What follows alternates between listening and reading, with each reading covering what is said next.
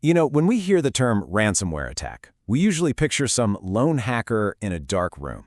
But that's really not the whole story. The truth is, these attacks are rarely random. They're actually methodical, very precise business operations. And today, we're going to break down their exact playbook. So how does this all really happen? How do these groups manage to go from being total outsiders to completely controlling a huge corporate network? Well, let's dive in and break down their playbook step by step. And would you believe it? Often starts right here. The first crack in a company's defenses isn't some brilliant, complex hack. Nope, it's a simple purchase. What you're looking at is a real underground marketplace. Attackers can just buy access to a company's remote desktop servers, sometimes for as little as $10. The front door is literally for sale. And that brings us to the first phase of the attack, finding the open door. See, before an attacker can do anything, they first have to find that one unlocked door or that one open window to sneak into the network. So what's the most common open door? It's something called Remote Desktop Protocol, or RDP. Think of it as the digital entrance for employees who are working from home. It's super useful, but if it's not locked down with a really strong password, it becomes the #1 way in for attackers. In fact, more than half of all ransomware attacks start exactly like this. Okay, so take a look at this number. Just let it sink in for a minute. Over 4.8 million. What on earth could this possibly represent?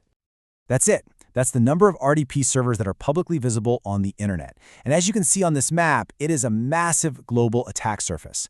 Ransomware groups are scanning this every single day, just looking for one single weak password to get them in. So how do they get those passwords? Well, there's the old-fashioned way, a brute force attack. That's where automated tools just guess millions of common passwords until, bam, one of them works. But you know what's faster? Just buying the access. There is a whole cottage industry of what are called initial access brokers who do the dirty work, find the weak spots, and then just sell that access on the dark web. And of course, there's the other classic way in, phishing. You know, tricking an employee into just handing over the keys. What I find fascinating here is the range you see. On the one hand, you've got this really polished, professional-looking DocuSign email. And on the other, a super simple, almost laughably bad message with a zip file. Guess what? Both can be just as effective at getting that first foothold. All right, so the attacker is in. They've gotten past the front door. Now, their next move isn't what you'd think. They don't just start smashing everything. No, the smart play is to be quiet, to secure their new position and get even more control. It's kind of like a spy setting up a safe house in enemy territory before they start their real mission. During this phase, they've got three main goals. First, execute their malicious code. Second, get what's called persistence, so they can't get kicked out. And third, escalate their privileges to get more power. Let's really dig into what those last two actually mean.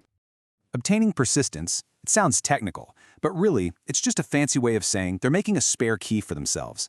They might create a new hidden user account, for instance, or they could set up a scheduled task that just relaunches their malware every few hours. The crucial thing to understand is, even if the IT team finds and closes that first open door, the attacker has already made another way to get right back in. Okay, next up is privilege escalation. So if persistence was about making a spare key, this step is about trading up that normal key for the building's master key. They use different tricks and tools to get administrator-level access, what's often called domain admin. And once they have that, they don't just have access to one computer, they control the entire system. So now the attacker has the master key, and they've got a secure foothold inside the network. Now the real mission can begin. This is the heist. And you might be surprised, but it's not about encryption. Not yet. It's about finding the company's most valuable stuff, the crown jewels, and stealing it all before anyone even has a clue they're there. So in this phase, they basically become digital explorers. They use harmless-sounding tools like AdFind to get a complete map of everything. All the user accounts, all the computers, all the servers. They move silently from one machine to another. That's called lateral movement. And they're on the hunt for file servers, backup systems, you name it. They're grabbing everything valuable they can find. Contracts, customer lists, private emails. This is a digital smash and grab for data. And this is what makes modern ransomware so incredibly devastating. It's a strategy called double extortion. See, first, they steal a copy of your most sensitive data. The threat is, pay us or we're leaking this to the entire world. Then, and only after they have your data, do they move on to the final part and encrypt your files. That's the second threat. Oh, and by the way, you can't get any of your files back until you pay up. It's just a brutal 1-2 punch.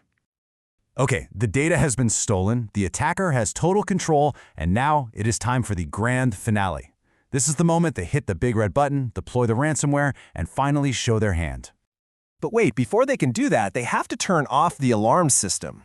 This right here, this is an actual command that attackers use. It's just one simple line of code that you run in PowerShell, and all it does is turn off Microsoft's built-in antivirus Windows Defender. With the defenses down, the coast is clear for the final strike. With the antivirus switched off, the attacker uses a powerful and often legitimate admin tool like PXSec. And with it, they can copy and run their ransomware file on every single computer on the network, all at the same time. This is how a whole company can go from perfectly fine to completely paralyzed in just a matter of minutes. Now, that whole process sounds absolutely terrifying, maybe even unstoppable. But what if we look at this whole story from a different angle? What if we look at the attacker's playbook not as a series of successful attacks, but as a series of opportunities for the people trying to defend the network? Take a look at this timeline. It highlights a really critical point. These sophisticated attacks don't happen in the blink of an eye. They actually unfold over days, sometimes even weeks. From that very first moment of access to the final attack, there's a pretty big window of time, and that's time for defenders to do something. Think about it. Every single step we just talked about, buying that initial access, creating a new user account, scanning the network, disabling the antivirus, every single one of those actions creates noise. It generates a signal. Each one is a little tripwire that, if you're watching, can alert a security team long before that final devastating blow. In a weird way, the attacker's long, complicated process is actually their biggest weakness. So there you have it, the anatomy of a modern ransomware attack. It's a business model, really, with a clear, repeatable process. Now that you've seen the entire playbook, from the cheap ticket in the door to the final knockout punch, it really leaves us with just one question. If you were the one defending, what's the very first play you would try to stop?